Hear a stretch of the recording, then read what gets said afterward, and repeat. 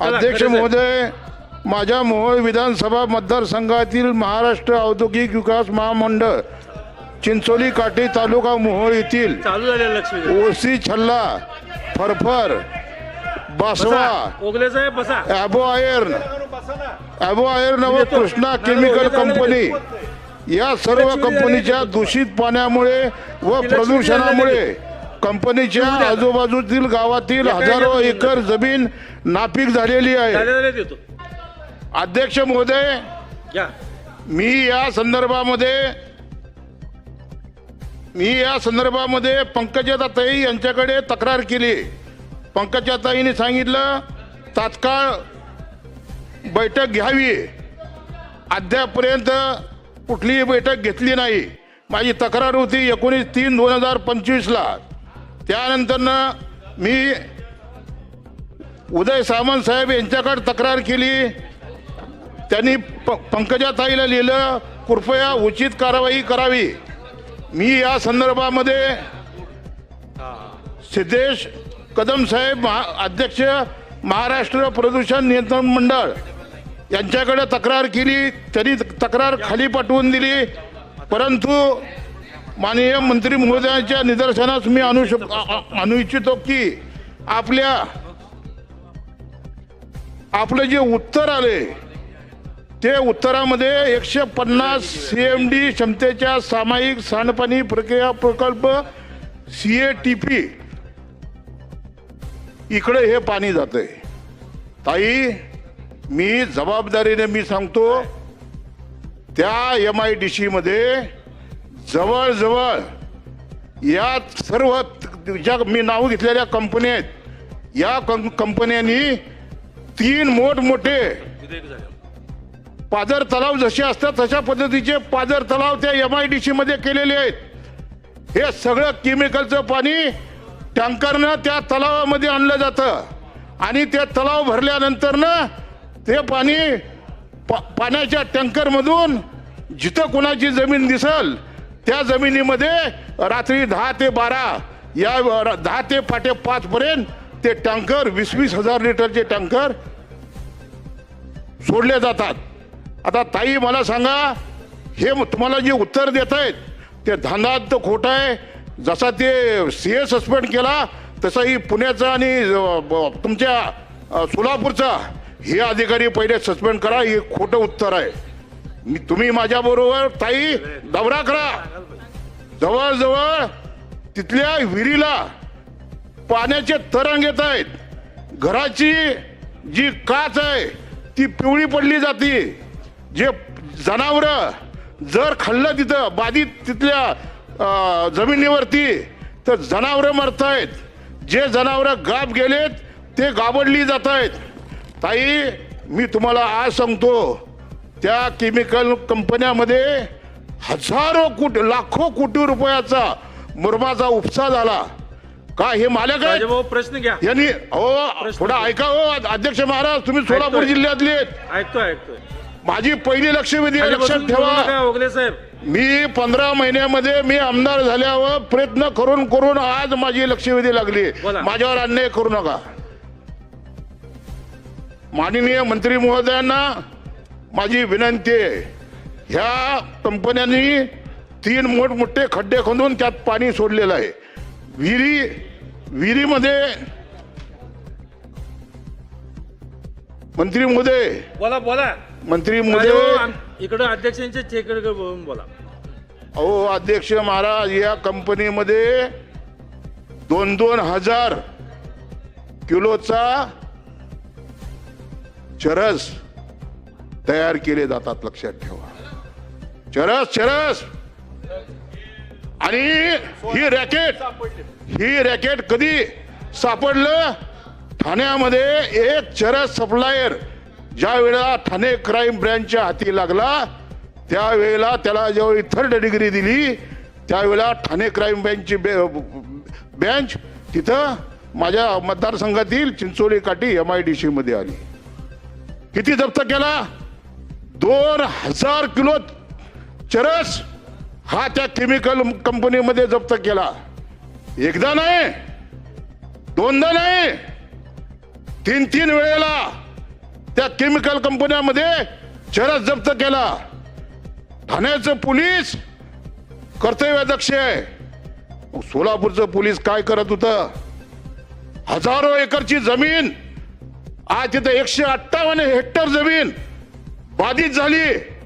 2022 साली उद्योग मंत्र्यांनी सांगितलं की ही जमीन, जी बाधित झालेली जमीन, यांनी सोडलेल्या पाण्यामुळं ती जमीन बाधित झाली.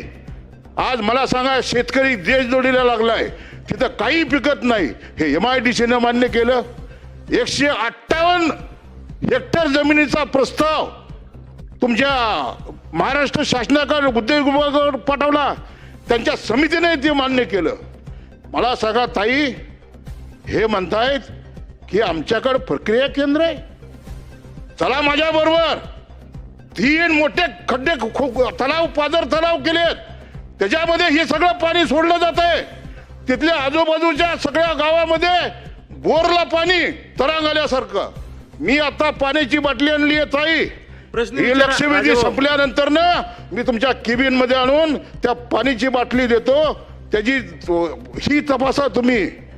3 सोडियम लागतं, 28 सोडियम पाणी आहे. कसा शेतकरी जगणार? कशा शेती पिकणार? आणि म्हणून माझी एक अध्यक्ष महाराज आपल्या मार्फत ताईंना विनंती आहे, ही 6 कंपन्या ज्या आहेत, या कंपन्या पहिल्या सील करा.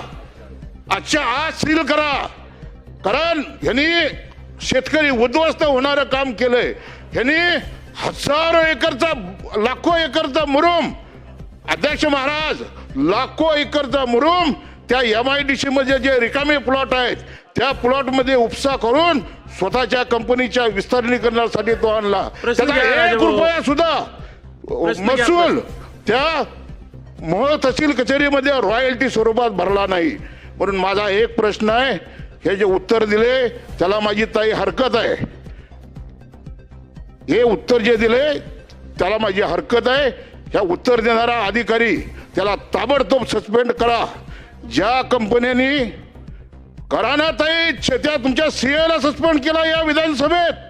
ही असाच खोटा वागला म्हणून सस्पेंड झाला. म्हणून तुम्हाला सांगतो अध्यक्ष महाराज, म्हातारी मेलेचं दुःख नाही, पण काळ सोकवतोय.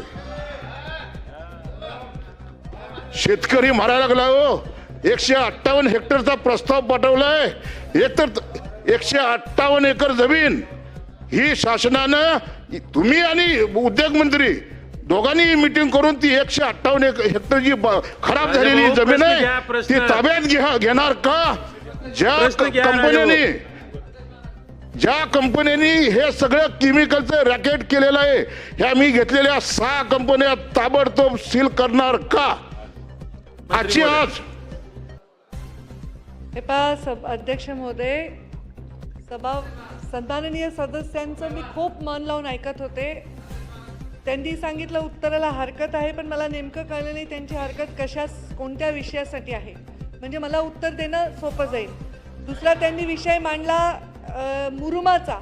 तर हा विषय रॉयल्टी, मुरुम हा टोटली पर्यावरण विभागाशी संबंधित डायरेक्ट येत नाही. पर्यावरणाचा ऱ्हास होत असेल, त्या पद्धतीची तक्रार असेल तर तो विषय वेगळा आहे. पण लक्षवेधी ही फार स्पेसिफिकली त्यांनी आंबे आयन, छल्ला क्लोराईड, फरफर ॲग्रो, OC स्पेशालिटीज आणि Krishna pharmaceutical, Vasava pharmaceutical private limited या कंपन्यांच्या विरोधात लावलेली आहे. आणि सन्माननीय सदस्यांनी जे सांगितलं आहे की तिथे प्रदूषण आहे आणि ते प्रदूषणामुळे तिथल्या बोरवेलचं पाणी, तिथल्या विहिरीचं पाणी वगैरे खराब झालं आहे.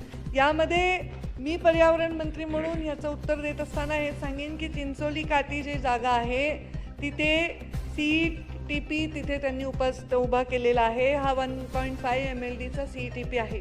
याच्यामध्ये ऑनलाईन मॉनिटरिंग सिस्टीम देखील MPCB त्याचं ऑपरेशन बघत असतं आणि 36 इंडस्ट्रीजनी मिळून हा CETP उभा केलेला आहे. याच्यामध्ये हाय रेट ट्रान्समिशन सिस्टीमसुद्धा बसवण्यात आलेली आहे. आता इथे जे एफ्लुएंट येतं, म्हणजे जे काही या कंपन्यांचं जे काही केमिकली जे बाहेर न सोडण्यासारखं एफ्लुएंट आहे ते येतं, ते एकतर टँकरद्वारे येतं किंवा नलिकेद्वारे येतं आणि मग त्याच्यावर ट्रीटमेंट होते. अशी असल्यामुळे आम्ही तिथे डिपार्टमेंट ऑफ डायरेक्टर इरिगेशनलाही रिपोर्ट मागितला. 28 फेब्रुवारी 2026चा तो रिपोर्ट आहे. त्याच्यामध्ये सुद्धा त्यांनी शेतीचं कुठलंही डॅमेज नाही अशा प्रकारचा तो रिपोर्ट आहे. दुसरा रिपोर्ट आम्ही DHOला मागितला, जे तिथे हेल्थचे हेड आहेत, की त्यांना सुद्धा आम्ही तिथला रिपोर्ट मागितला. म्हणजे आम्ही रिपोर्ट जनरेट करत असतो, हे रिपोर्ट फेब्रुवारीमध्येच आमच्याकडे आहेत. तर ह्याच्यामध्ये पण त्यांनी कुठल्याही अशा प्रकारे या पाण्यामुळे जनावरांचं म्हणजे माणसांचं काही नुकसान झाल्याचं कुठेही त्यांनी रिपोर्टमध्ये सांगितलेलं नाही. आता विषय असा आहे की 10 मार्चला आम्हाला कंप्लेन आली.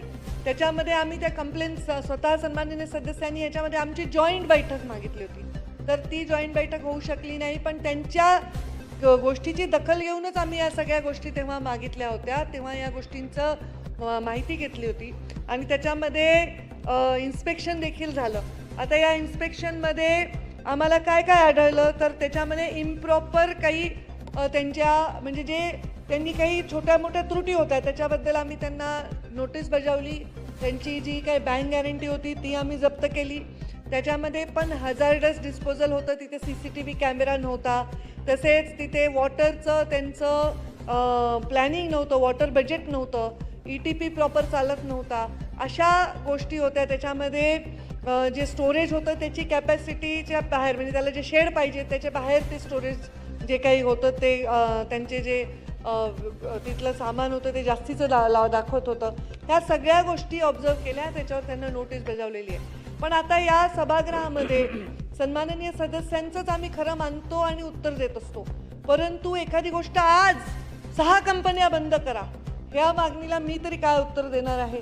त्या कंपनीमध्ये जर रिपोर्ट ॲग्रिकल्चर विभागाचे तिथल्या हेल्थ विभागाचे रिपोर्ट जर कुठल्याही विरोधात नाहीत, त्यामुळे मी तिथे असं करणं सुद्धा, कारण त्या कंपन्या शेवटी आपल्या शासनाचाच भाग आहे, त्याबद्दल तिथे रोजगार लोकांचा उपलब्ध आहे.